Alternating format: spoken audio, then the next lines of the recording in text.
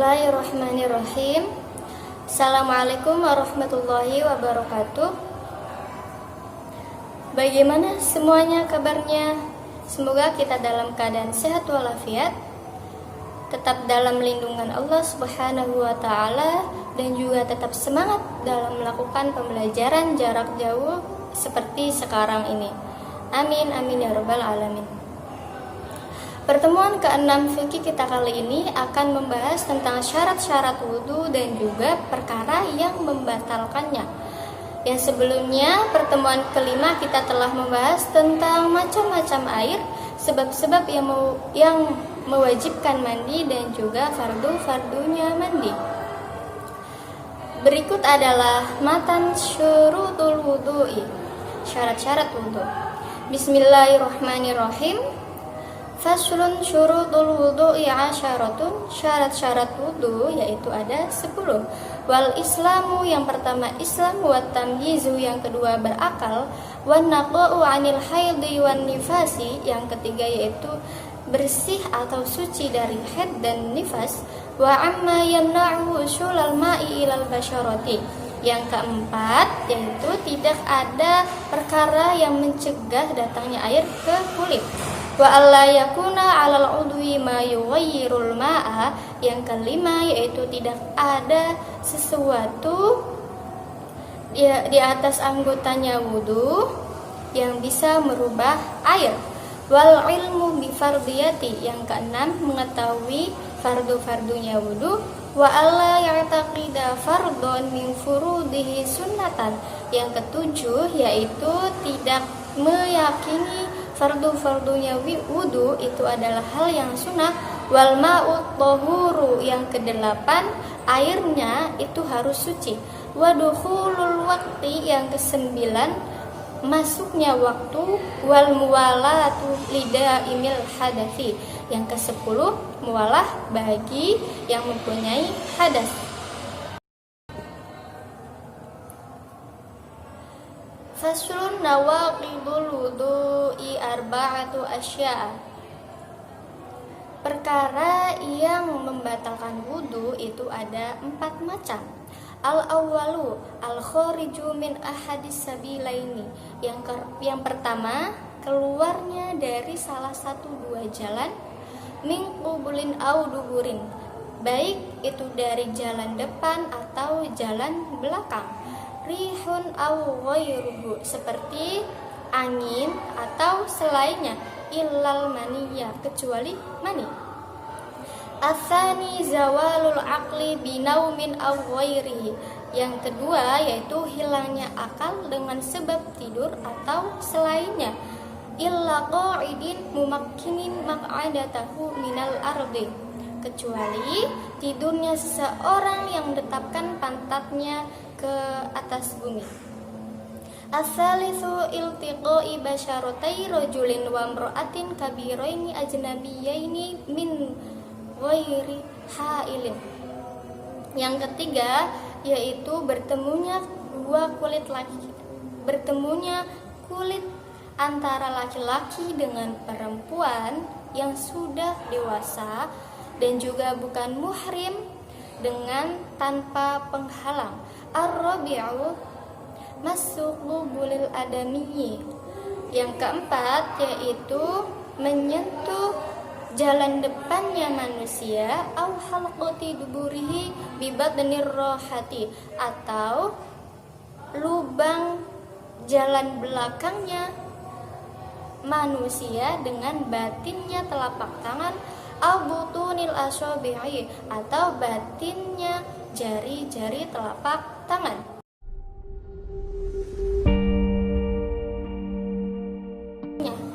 Arti syarat sah wudu yang pertama yaitu harus Islam.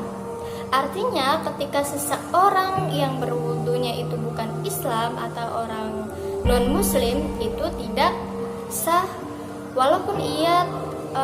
walaupun seseorang tersebut, orang non-muslim tersebut, wudunya itu sudah sama dengan fardu-fardunya wudu seperti orang Islam. Akan tetapi hukum wudunya seorang non-muslim tersebut itu tidak sah. Yang kedua yaitu tamyiz atau cukup umur dan berakal, balik atau berakal. Nah, artinya seseorang yang berwudunya itu masih kecil, belum balik, lalu tidak berakal. Tidak berakal di sini yaitu seperti orang gila, lalu orang ayan, itu tidak sah wudunya. Lalu yang ketiga yaitu suci dari haid dan nifas. Suci dari haid dan nifas. Artinya ketika seseorang perempuan yang masih mengalami haid dan nifas itu tidak sah, walaupun ia melakukan wudunya itu sesuai dengan fardunya wudu atau sudah berurutan, itu tetap tidak sah. Akan tetapi dia tetap melakukan ibadah, dihukumi ibadah, akan tetapi tidak sah. Yang keempat yaitu bersih dari benda yang mencegah datangnya air pada kulit. Contohnya semisalkan kita berwudu, akan tetapi tangannya masih ada minyaknya, lalu ada pacar kukunya, lalu ada lilinnya atau zat tinta, itu zat tintanya ya.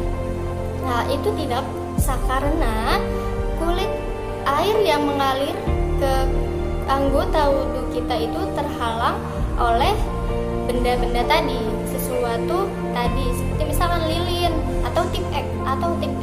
Nah, tangan kita misalnya masih ada tip eknya, itu tidak sah wudunya karena terhalang oleh tip ek tadi. Tidak termasuk seperti telur kutu di rambut kita.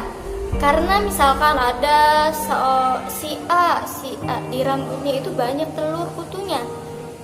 Nah, karena saking banyaknya dan tidak bisa dihilangkan atau tidak bisa dihindari, itu tidak apa-apa, dimaafkan atau dimaafu, itu tidak apa-apa.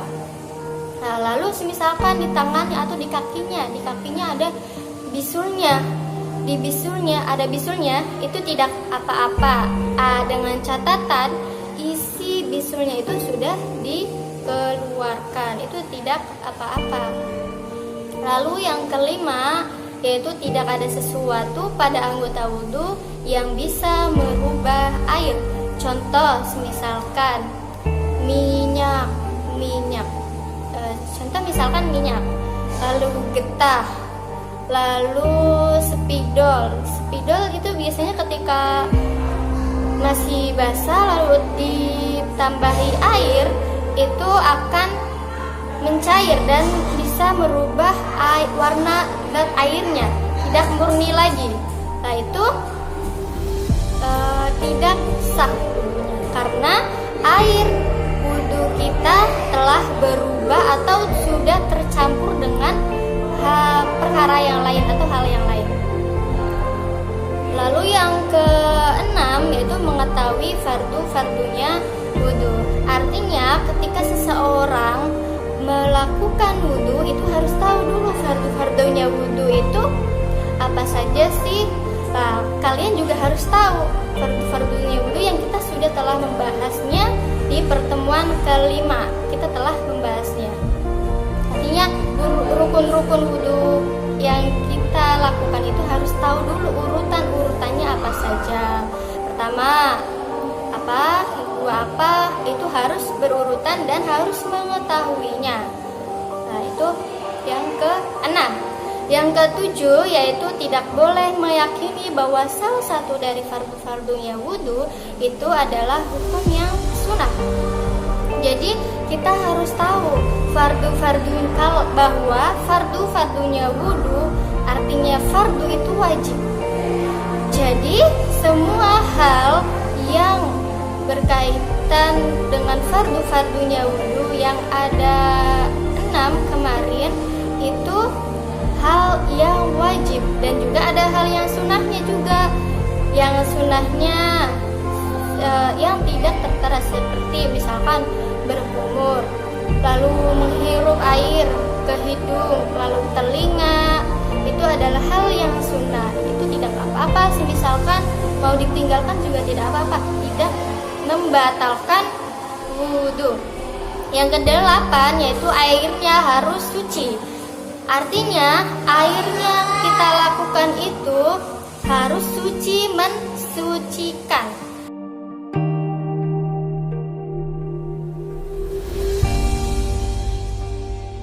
Harus suci, mensucikan. Air yang tidak suci mensucikan itu contoh misalkan air sabun, lalu air kopi, lalu air teh, itu tidak suci mensucikan. Artinya suci tapi tidak boleh kita gunakan untuk bersuci. Nah, air yang suci mensucikan atau air yang bisa kita untuk bersuci, berwudu, mandi, itu harus 2 kula contohnya. Lalu airnya itu harus murni air, seperti air sumur, air hujan, air sungai, air danau, air laut.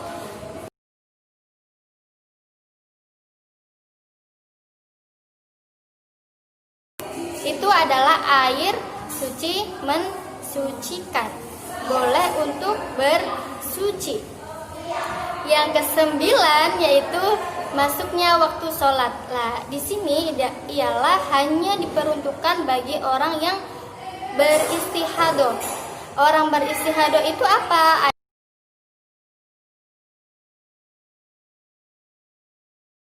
Darah yang keluar dari rahim wanita, akan tetapi itu tidak masuk dalam ketentuan waktunya.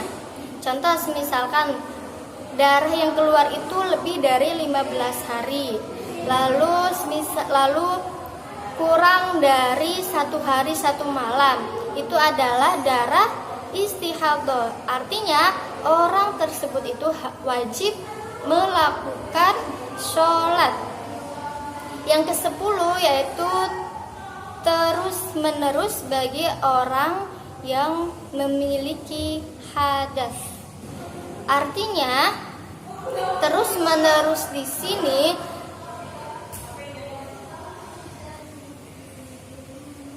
yang ke-10 yaitu terus menerus atau mualah. Mualah di sini yang dimaksud adalah rukun-rukunnya mandi dan juga fardu-fardunya mandi bagi orang yang memiliki hadas. Artinya harus tidak ada kesenjangan waktu yang jauh antara waktu yang pertama dengan waktu selanjutnya atau rukun-rukunnya. Pembahasan ke-9 membahas tentang perkara yang membatalkan wudhu. Perkara yang membatalkan wudhu yang pertama yaitu keluarnya dari salah satu 2 jalan, baik jalan depan maupun jalan belakang, seperti kentut, kecuali air mani. Lah, yang keluar dari salah satu 2 jalan ini, baik yang keluarnya itu seperti kencing, lalu berak, kotoran, atau selainnya seperti misalkan darah, itu bukan hal yang biasa kita keluarkan. Contohnya darah. Lalu contoh hal yang tidak biasa lagi, contohnya seperti koin misalkan. Itu walaupun hal yang tidak biasa yang kita keluarkan juga bisa membatalkan wudhu. Atau contoh misalkan seseorang tersebut mempunyai penyakit sehingga jalan belakangnya itu ditutup, artinya ada lubang yang diganti dari jalan belakang tersebut. Artinya ketika seseorang tersebut ketika mengeluarkan kotoran itu bukan dari jalan belakang atau pantat. Contoh misalkan keluarnya dari perut misalkan. Nah, itu bisa membatalkan wudhu karena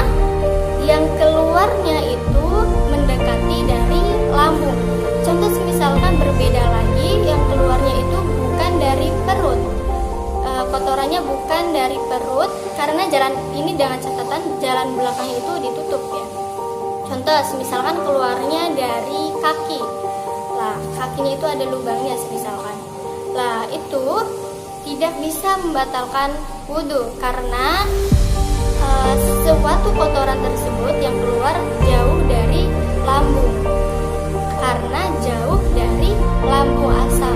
Misalkan yang keluarnya itu yang dekat dengan lambung, itu bisa membatalkan wudhu. Lalu yang kedua, hilangnya akal dengan sebab tidur atau lainnya, kecuali tidurnya seseorang yang meletakkan pantatnya di atas bumi. Lah, contoh selain sebab tidur itu adalah contoh misalkan orang gila karena gila, lalu karena ayan, lalu karena sakit yang bisa mengakibatkan hilangnya akal, itu bisa membatalkan wudhu. Lah, itu kecuali tidurnya seseorang yang menetapkan pantatnya di atas bumi. Kecuali artinya ketika seseorang tidurnya itu masih menetap, duduk yang menetap pantatnya di atas bumi, tidak terbuka pantatnya, itu tidak membatalkan wudhu. Asal dengan catatan tidurnya itu tidak bermimpi, lalu masih bisa mendengar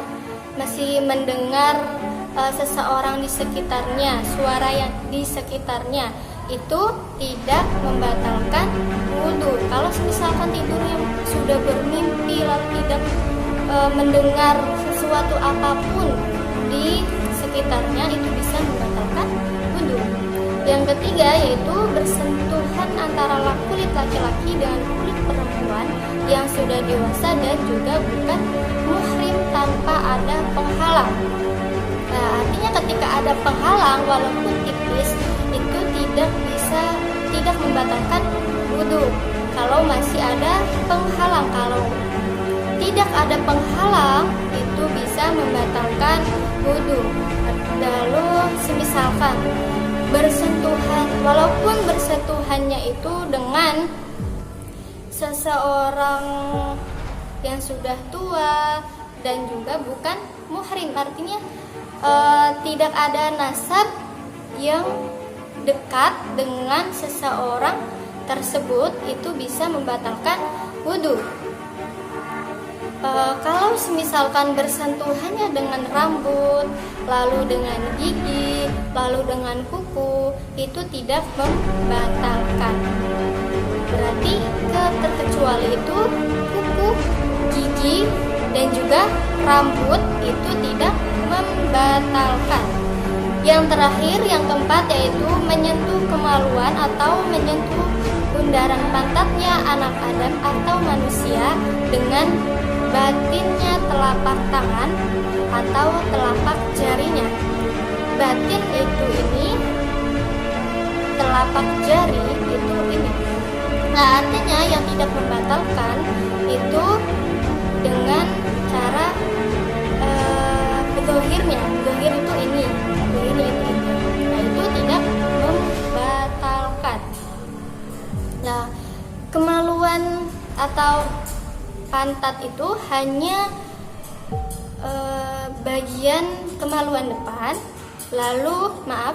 dan juga bundaran pantatnya saja. Kalau misalkan pantat yang melebihi dari bundaran itu tidak membatalkan, dengan catatan tadi menggunakan zohirnya telapak tangan dan juga zohirnya jari-jari telapak tangan. Nah, mungkin itu saja. Nanti kalian seperti biasa kalian mencatat semua yang ada di video ini, baik itu Arabnya dan juga terjemahannya. Dan nanti kalian pahami apa maksud yang telah disampaikan oleh ibu tadi, pahami betul-betul. Nanti akan ada ujian atau ulangan dan semoga kalian bisa memahaminya. Kurang dan lebihnya, nanti jika ada pertanyaan kalian bisa komentar di bawah, nanti akan dijawab langsung oleh ibu. Kurang dan lebihnya Mohon maaf. Wassalamualaikum warahmatullahi wabarakatuh.